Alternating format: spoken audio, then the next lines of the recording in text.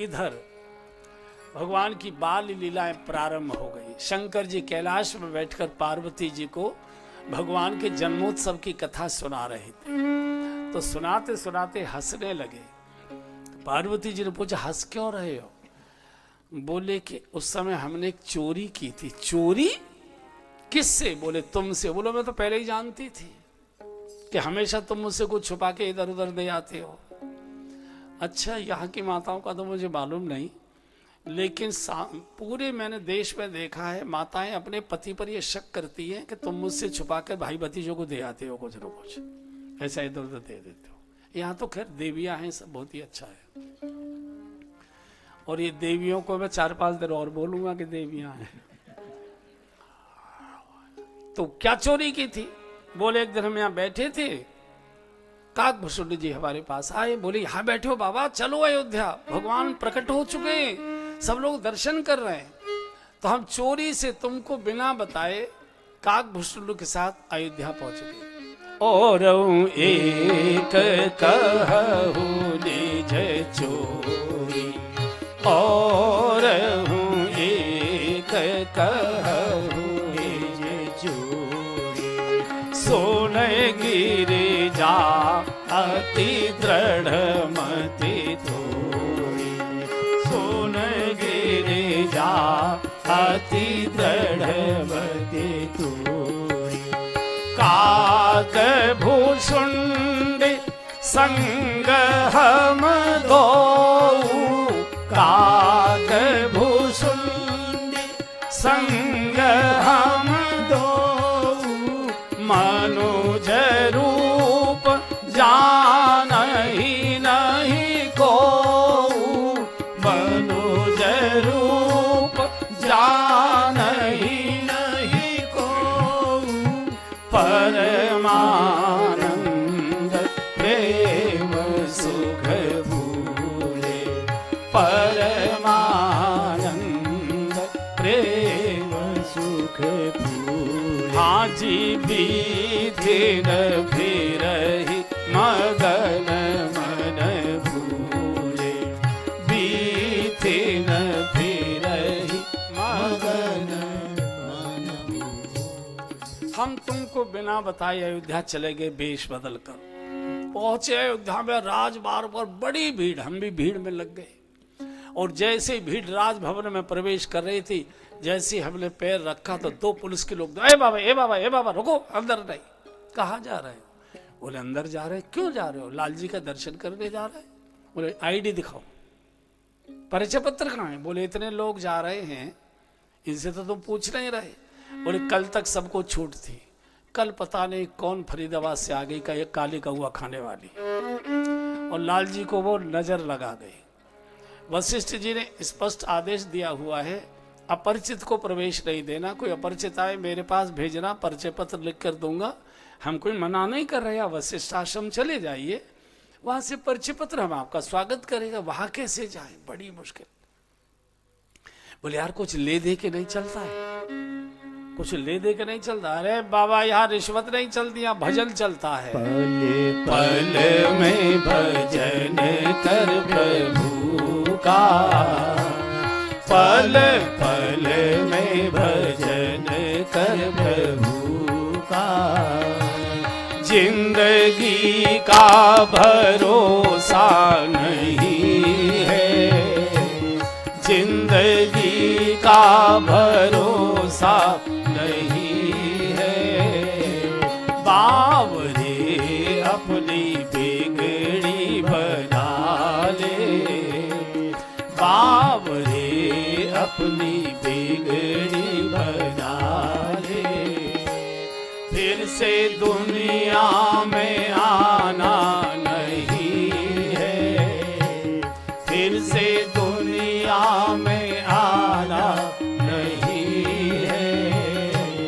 पल पल में भजन कर प्रभु का, पल पल में भजन कर प्रभु। लौट आते सरयू के किनारे पहुंच गए। वहां पंडों की झोपड़ियां बनी रहती है, तिलक तिलक जो लगाते। एक झोपड़ी खाली मिल गई, उसमें बैठ के सोचने लगे इतनी दूर से चलकर आए हैं, प्रभु द्वार से वापस करोगे, कौन आपके दर्शन की यात्रा करके आएगा? सोचेगा क्या फायदा भजन पाठ करने से, समय बर्बाद करने से, दर्शन तो होता नहीं, द्वार से वापस कर दिए जाते हैं। तो सवेरे सवेरे काकभूषण जी ने कहा, गुरु जी एक तरकीब बताता हूँ। क्या है? बोले मैंने देखा है हरियाणा में कि जितने भी नंबर 2 के ट्रक है ये सवेरे ही पास किए जाते हैं, क्योंकि रात भर के पुलिस के लोग जगे होते हैं तो सवेरे सवेरे नींद आ जाती है उनको, तो सब सोते मिलेंगे इस समय। बोले हाँ ये ठीक है। सुबह ही आ गए। अच्छा वो दोनों पुलिस वाले सो भी रहे थे, ऐसे खर्राटे ले रहे थे, और इन्होंने जैसे ही फाटक खोला, चू बोला एक जगह, ए बाबा कल वाले हो ना, कहाँ है पर्चे बता? अरे यार इस समय कुछ ले दे के काम चल रहे, इस समय भाई यहाँ भजन चलता है, यहाँ रिश्वत नहीं, वापस चलो। दूसरी बार जब वापस हुआ तो शिव बहुत रोए। काकभूषण का, गुरु जी आपकी तो माया चल गई है, मेरी माया देखो, तू क्या करेगा? बोले ले चिंता मत, गुरु गुरु या चेला शक्कर बनेगा। सरयू की जो मिट्टी होती है ना चिकनी, उससे त्रिपुंड विपुंड ऐसे लगा के और बढ़िया डंडा सा लेके काकभूषण जी एक ब्रह्मचारी का बेस बनाकर अयोध्या के चौराहे पर आकर खड़े हो गए। उधर कौशल्या माँ की गोद में भगवान ने रोना शुरू किया। 2 बार शिव को वापस कर दिया। माँ को बोल नहीं सकते, सेवकों को डांट नहीं सकते, बोलूंगा तो माँ फेंक देगी, बालक है कि भूत है, बालक तो बोलता नहीं। भगवान उधर परेशान, इधर काकभूषण जी और शंकर जी परेशान। तो शंकर उधर रोना शुरू किया जोर जोर से। भगवान ने नजरें उतारी गई, लेकिन जिसको नजर लगी हो वो तो उतरे, जिसको नाटक ही करना है वो तो और तूफान मचाएगा।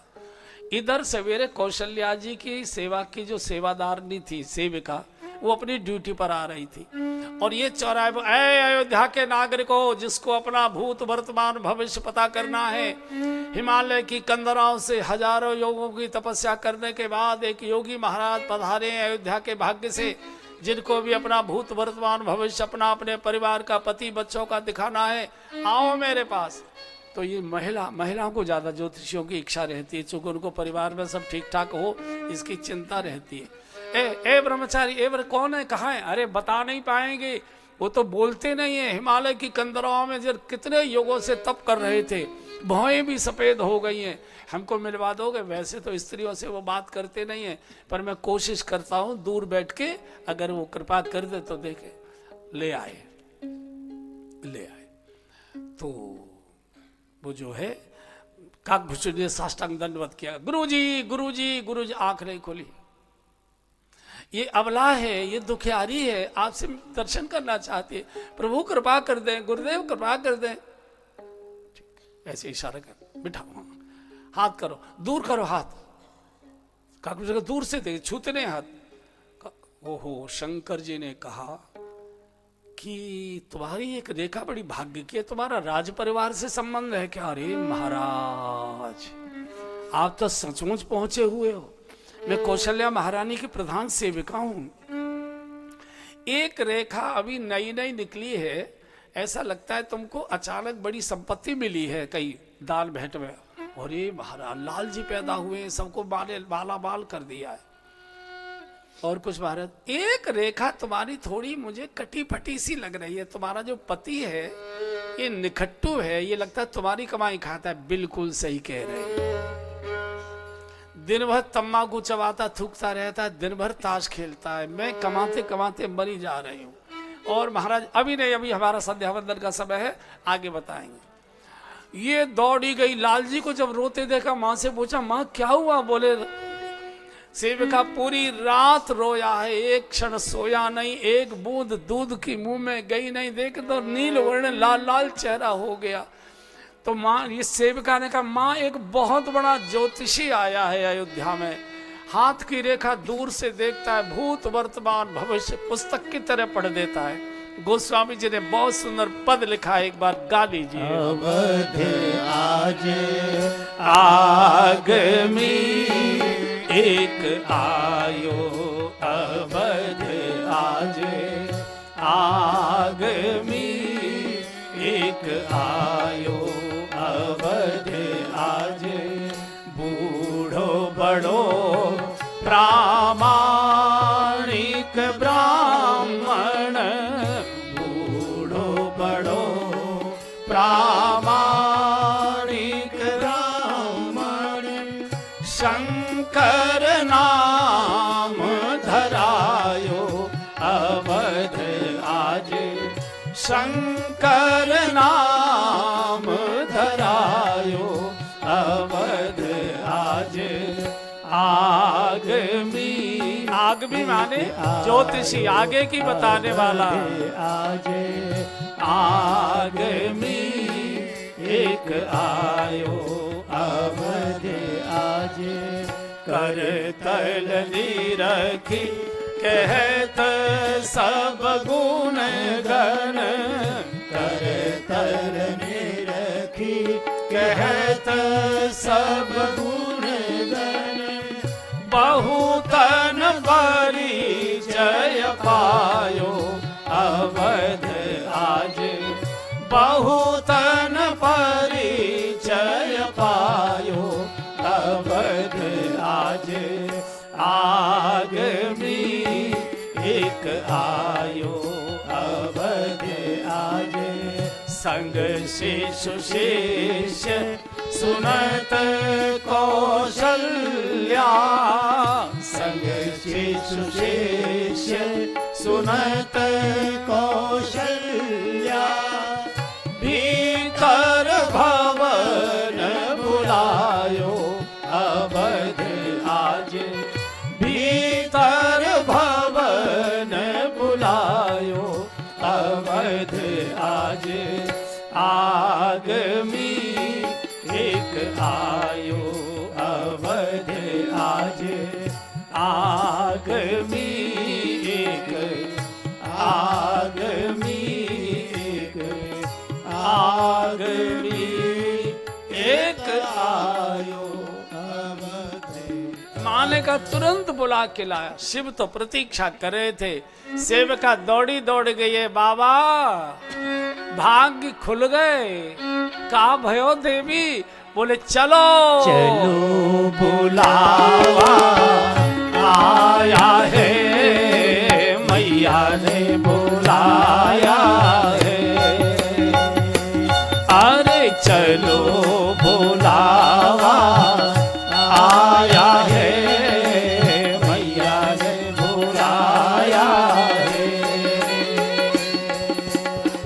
राजमहल कौशल्या माने ये दरबार सजाया है चलो बुलावा आया है मैया ने बुला। चलो भाग्य खुल गए। बड़ी माँ ने आपको बुलावा भेजा। अरे शिव तो रो पड़े। साधना न व्यर्थ कभी जाती, चलकर ही मंजिल मिल पाती। भगवान के लिए बहाया गया एक भी आंसू कभी व्यर्थ नहीं जाता। रोते रोते मैला सा कुर्ता टंगा हुआ था, कंधे पर डाला, पतली सी लाठी, और जैसे ही निकले गेट के बाहर, झोपड़ी के बाहर, काकभूषणी जी हाथ खोल कर खड़े हो गए। गुरुजी पहले मेरी बात सुन ले। बोले तेरी क्या है? बोले देखो दोनों एक साथ चलकर आए हैं पैदल, दोनों ने साथ साथ कष्ट सहे, दिक्कतें सही है। मान लो आपको प्रवेश मिल गया अंदर और मुझे रोक दिया गया, और आपने अगर अकेले जाने की हिम्मत दिखाई, मैं उसी समय पोल खोल दूंगा कि ये कोई ज्योतिषी नहीं है, शंकर दादा घूम रहा है।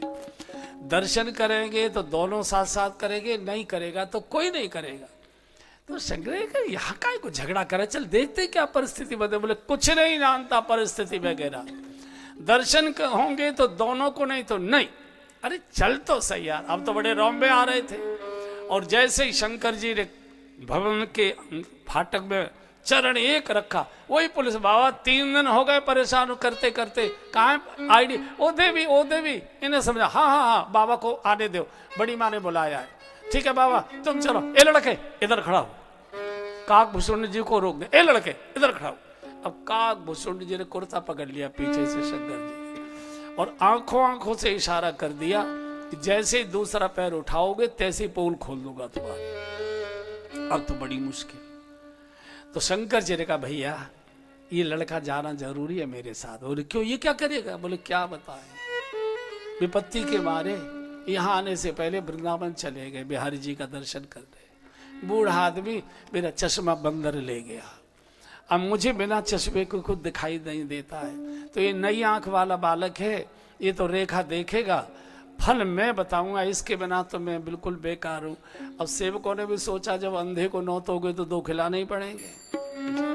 और क्या दर्शन, क्या माँ ने गोद में दिया है। और जैसे ही भगवान को माँ ने गोद में दिया है, भगवान खिलखिलाकर हंसने लगे, शंकर जी रोने लगे। बहुत प्रकार की चीजें बताइए। माँ तेरा बेटा बड़ा भाग्यशाली है, जगह जगह इसकी कथाएं गाई जाएंगी, मंदिरों में इसकी आरतियां उतारी जाएंगी, लेकिन इसकी यात्रा का बहुत बड़ा योग है। पैरों की रेखा में मालूम है ना, लंका तक की यात्रा होगी। माँ ने पूछा कि भैया एक बात बताओ, थोड़ा हमारा बालक सांवरे रंग को है, थोड़ा रंग या को गिरो भयो है, कोई रेखा शादी वगैरह की है कि ना है? अच्छा, माताओं को लड़के की शादी की बड़ी चिंता होती है, हमेशा वो बहू के लिए रोती है। जब तक लड़के की शादी नहीं होती बड़ी रोएगी, पड़ोसियों का सत्यानाश जाए, टिकने नहीं देते हैं, भाजी मार देते हैं, हाय रे बहू कब आए, हाय रे बहू कब आए। और आ जाती है तो सिर फुड़ते, हाय रे कैसी आ गई। बड़ा मुश्किल। बोले धैर्य रखो, समय पर सब कुछ होगा। बहुत सारा माने पुरस्कार दिया है, सब ब्राह्मणों को देकर कैलाश आ गए। यही शंकर जी जब द्वापर में पार्वती जी रास में आती हैं और शंकर जी को सोता छोड़कर आती है, तो इनको पार्वती जी ने बदला लिया। माताएं बात को भूलती नहीं है, जीवन भर उनको याद रहती है कि इसने ये किया था मेरे साथ, मेरे छोरा की शादी में इसने ऐसा ऐसा किया था। तो पार्वती जी ने गांठ बांध ली कि मैंने भी अगर बदला नहीं लिया तो मैं भी बाप की बेटी रही हूँ। और द्वापर में जब निधि वन में रास में आती है तो शंकर जी ने एक दिन पूछा कहाँ चली जाती हो, दिखाई नहीं देती, सवेरे बैठी देने वाला कोई नहीं। बोले रास देखने जाती हूँ। कहाँ? वृंदावन। हमको क्यों नहीं ले जाती? बोले वहाँ कौआएं ले जाओ, कौआएं ले जाओ। अरे देवी, पुरुष तो पुरुष होता है पागल, ये तो माताएं कोमल हृदय की होती। बोले आप नहीं जा सकते, वहाँ गोपियों का ही प्रवेश है, पुरुष प्रवेश नहीं कर सकता। वो हमको गोपी बना दो ना। अब पार्वती जी गोपा का गोपी कैसे बनाऊं भाई, तो बड़ी मुश्किल होगी। बहुत सुंदर, आपने श्रीमद् भागवत के आचार्यों के श्रीमुख से सुना होगा।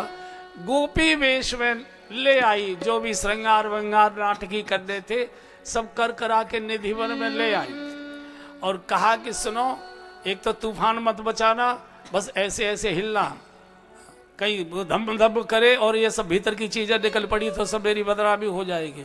चूंकि महिला बना के लाई थी ना, तो महिला के तो नकली चीजें लगानी पड़ती है बहुत सारी।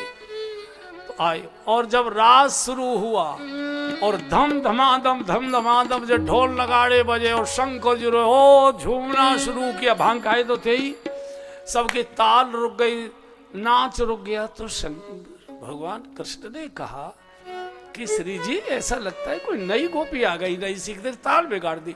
देखा तो दूर खड़ी थी, शंकर जी दूर खड़े थे। बोले पता करो कौन है? बोले आप ही जाओ। और जैसे ही कृष्ण चले पार्वती जी डर गई, बोले गई गाड़ी, बस मेरा भी खाम ऐसे ऐसे करके घूंघट नीचे करो। और जैसे ही घूंघट नीचे खींचा शंकर जी ने, तो जहाँ क्लिप लगी थी बालों में घूंघट के पर्र से हो गई, घूंघट भी फट गया, यहाँ से पर्र हो गया, जूड़ा ऊपर निकले आया और उसमें जो सेब रखा हुआ था वो भी लुढ़क पड़ा उसमें से। वो होता है ना पफ, उस समय पफ नहीं चले थे।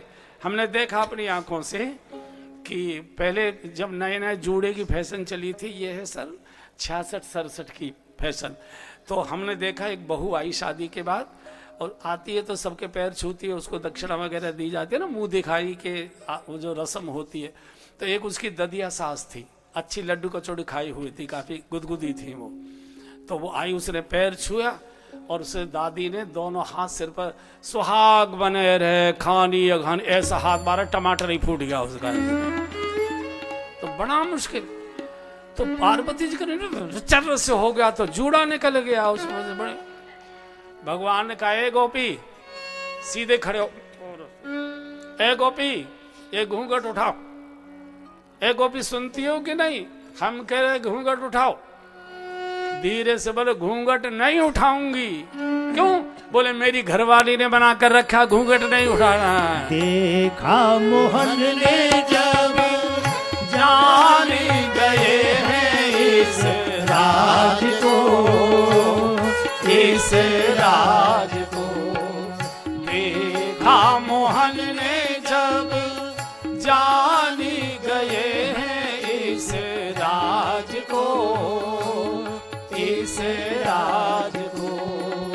ऐसी बजाई वंशी सुध बुद्धि भूले भोलानाथ को, भोलानाथ को। ऐसी बजाई वंशी सुध बुद्धि भूले भोलानाथ को, भोलानाथ को। अरे खुल गया जूड़ा खिसकी साड़ी, मुस्काए बनवारी रास में आ गए, रास में आ गए। खुल गया जूड़ा खिसकी साड़ी, मुस्काए बनवारी रास में आ गए, रास में आ गए। एक दिन वो भोला भंडारी बन के ब्रज की नारी रास में आ गए, रास में आ गए। तो भगवान श्री राम की बाल लीलाएं बहुत मर्यादित है। रस भरी लीलाएं तो भगवान श्री कृष्ण की है। भागवत के आचार्य आपको बहुत रसीली लीलाएं सुनाएंगे। ये तो बिल्कुल बचपन में मर्यादा का पालन करते हैं।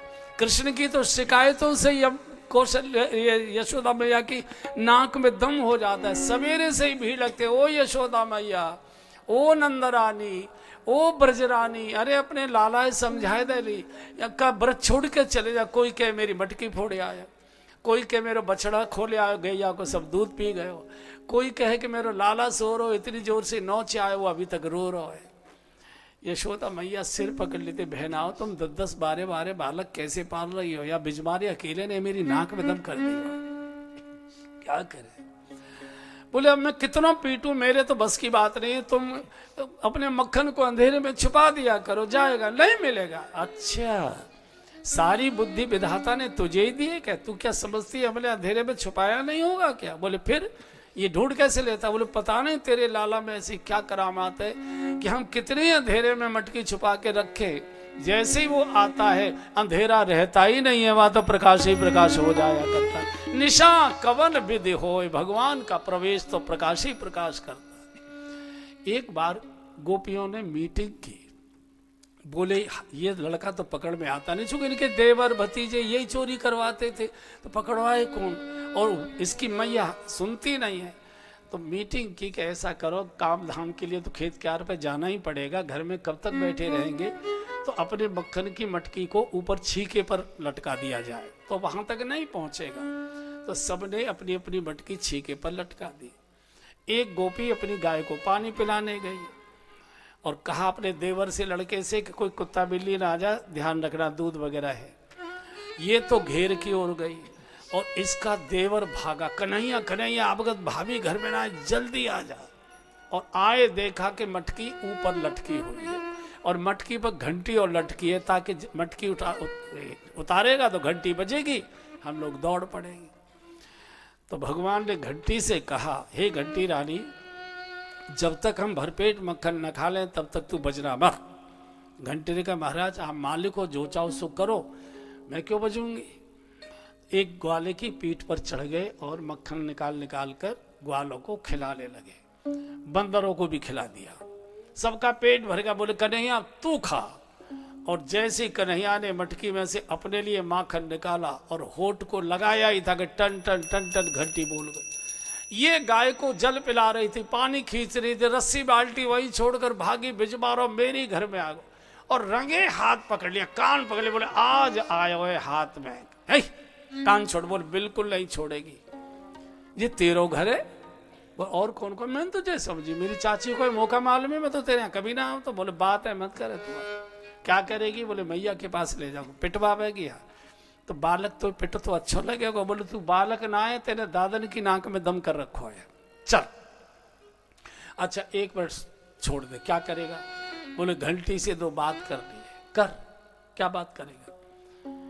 भगवान ने घंटी को डांट कर कहा, ए घंटी जब हमने तुझसे मना कर दिया था कि हम जब तक भरपेट माखन न खा लें तब तक तू बचना मत, तू बची क्यों? घंटी ने कहा महाराज आप सर्व समर्थ हो, मालिक हो, जो चाहो सो दंड दो, लेकिन बजना तो मेरी मजबूरी था। मजबूरी? तेरी क्या मजबूरी थी? घंटी ने कहा महाराज मैंने शास्त्र में ऐसा पढ़ा है और आचार्यों के श्रीमुख से मैंने ऐसा सुना है कि गोपाल जी का भोग बिना घंटी बजाए लगता ही नहीं है। जब आपने भोग लगाया तो मुझे बजना मेरी मजबूरी हो गई। अब जब शास्त्र बीच में आ गया तो भगवान क्या करते? जो शास्त्र रक्षा के लिए तो भगवान अवतार लेकर आते। विप्रधैन सुर संत हित लीन मनोज अवतार। तो भगवान श्री कृष्ण की तो बहुत रस भरी लीलाएं हैं। मर्यादा का चरित्र तो भगवान श्री राम का है। बिल्कुल बचपन से भगवान अपने चरित्र से कितना प्रभावित करते हैं समाज को, एक बार गा लीजिए। प्रातः काल उठी के रघुनाथा, प्रातः काल उठी के रघुनाथा, मातु पिता गुरु नावहि माता, मातु पिता गुरु नावहि माता, आयसु मागी करहि पुर काजा, आयसु मागी करहि पुर काजा, देखी चरित हर्षहि मन राजा, देखी चरित हर्षहि मन राजा, प्रातः काल उठी के रघुनाथा, प्रातः काल उठी के रघुनाथा। भगवान के अति पावन चरित्र का दर्शन करें। प्रातःकाल प्रभु उठते हैं, माँ के श्री चरणों में जाते हैं, शीश रखकर प्रणाम करते हैं, पिताजी के श्री चरणों में मस्तक रखकर प्रणाम करते हैं, आशीर्वाद लेते हैं। स्नान आदि से निवृत्त होकर पिताजी के साथ रथ में बैठकर गुरुदेव वशिष्ठ जी के आश्रम जाते हैं, गुरुदेव के पावन श्री चरणों को वंदन करते हैं, पूजन करते हैं। पूरी आचार संहिता का पालन भगवान बचपन से करते। मातृ देवो भव, पितृ देवो भव, आचार्य देवो भव, और बंधुओं और बहनों। शास्त्र भी बोले हैं और आचार्यों ने भी प्रवचनों में एक ही बात बोली है, जिस पुत्र ने अपनी सेवा से, अपने मधुर वाणी और व्यवहार से, अपने चेहरे के मधुर हाव भाव से, अपने नेत्रों की मधुर दृष्टि से अपने वृद्ध माता पिता को प्रसन्न कर लिया, अपने वृद्ध माता पिता से आशीर्वाद ले लिया, ऐसे पुत्र को दुनिया में किसी के सामने आशीर्वाद की भिक्षा मांगने की आवश्यकता नहीं। आशीर्वाद तीन ही जगह से निकलता, चौथी टोटी ही नहीं विधाता ने बनाई है, बनाई ही नहीं। माँ के चरणों से आशीर्वाद निकलता है, पिता के चरणों से आशीर्वाद निकलता है, और गुरु के चरणों से आशीर्वाद निकलता। हम दो दो कौड़ी के महाभ्रष्ट लोगों के सामने गिड़गिड़ाते आशीर्वाद दीजिए, जहां आशीर्वाद है ही नहीं, आपको आशीर्वाद कैसे देंगे? जिस गाय के नीचे बछड़ा है नहीं वो दूध कैसे दे देगी? जिसके गाय के नीचे बच्चा ही नहीं वो दूध कैसे दे? वो तो लात मारेगी। तो आशीर्वाद की तीन ही टोटियां, और हमारे आचार्यों ने कहा है, कोई ढूंढ रहा प्रभु को वन में, कोई ढूंढ रहा प्रभु को वन में, कोई घर में बैठा भजन करे, कोई घर में बैठा भजन करे, कोई योग करे, कोई ध्यान धरे, कोई योग करे, कोई ध्यान धरे, कोई गंगा यमुना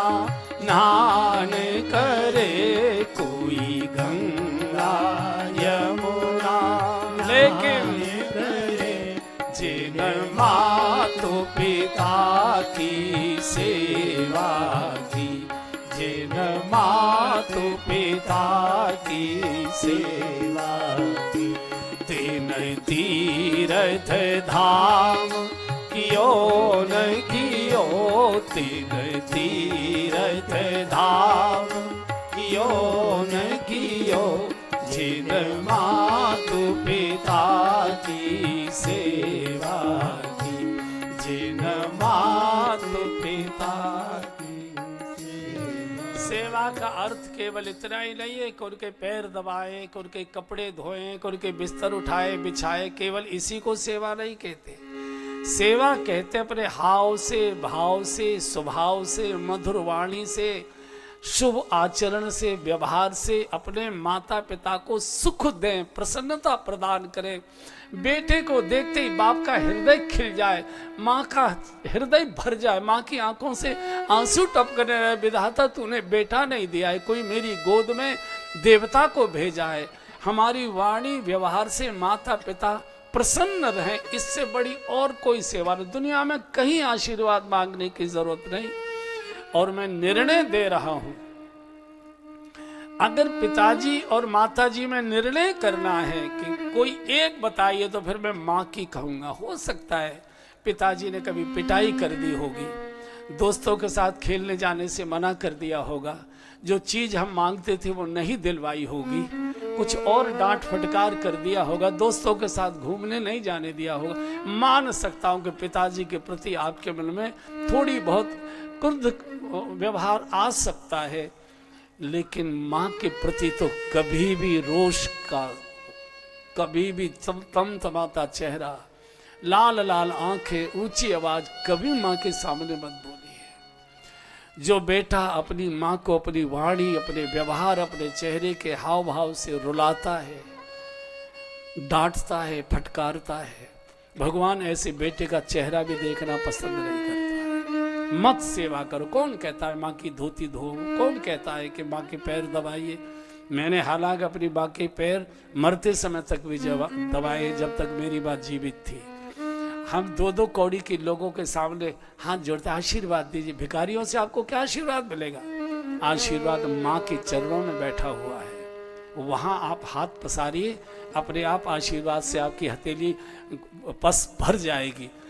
इसलिए माँ को, और जब कोई बेटा अपने पत्नी और अपने छोटे बेटे बच्चे के सामने अपनी बूढ़ी माँ को फटकारता है, माँ कुछ बोलती नहीं है, लेकिन उसको प्रसव का दर्द याद आता है। उस समय 1000 जहरीले बिच्छू एक साथ डंक मारे, उनकी जितनी पीड़ा होती होगी, वो पीड़ा माँ को बच्चे को जन्म देते समय होती है। प्रसव पीड़ा सबसे भयानक होती है, लेकिन माताएं उस पीड़ा को बहुत आनंद से सहन कर लेती है, इस आशा में कि थोड़ी देर में गोद भरेगी, बालक हमारी गोद में आएगा।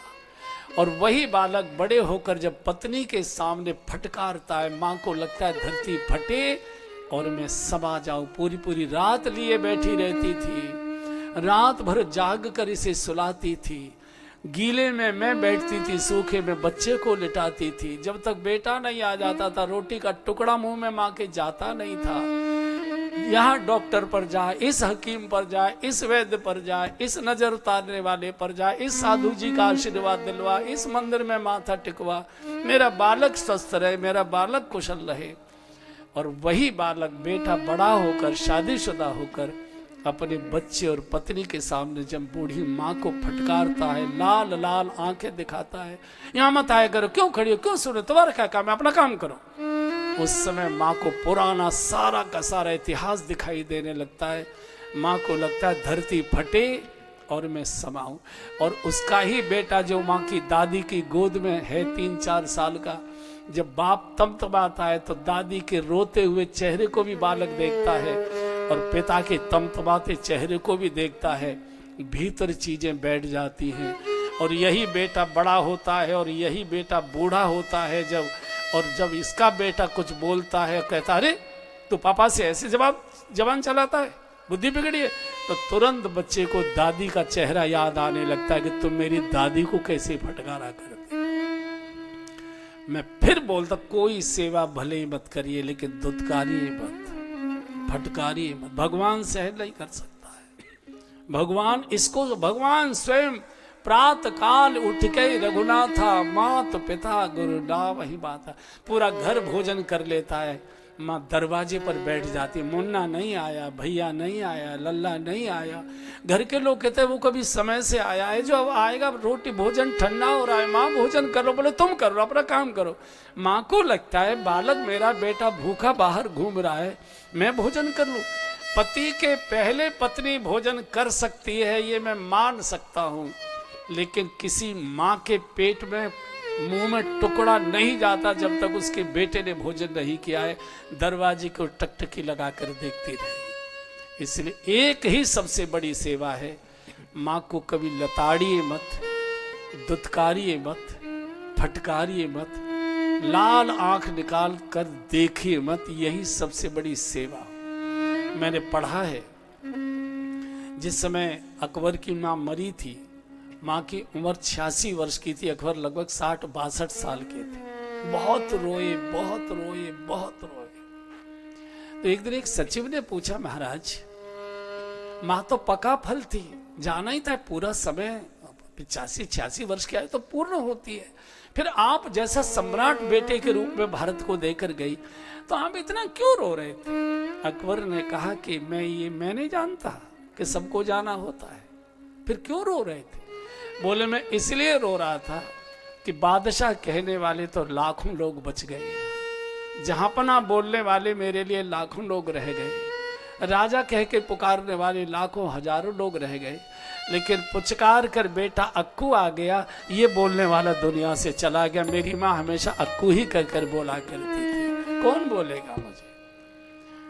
मैं अभी 3-4 साल पहले दिल्ली में कथा कर रहा था, जहाँ ठहरा था वहाँ एक सज्जन मिलने आए हमको, अच्छे बड़े प्रतिष्ठित व्यक्ति रहे होंगे।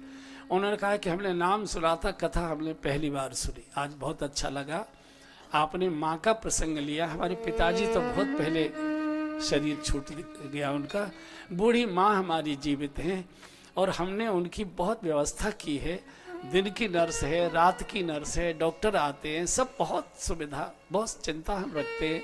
लेकिन आज मुझे सुनकर ऐसा लगा कि माँ तो हमारी है, डॉक्टर की तो नहीं है, तो हमको भी अपने माँ के सेवा कुछ अपने हाथों से करनी चाहिए।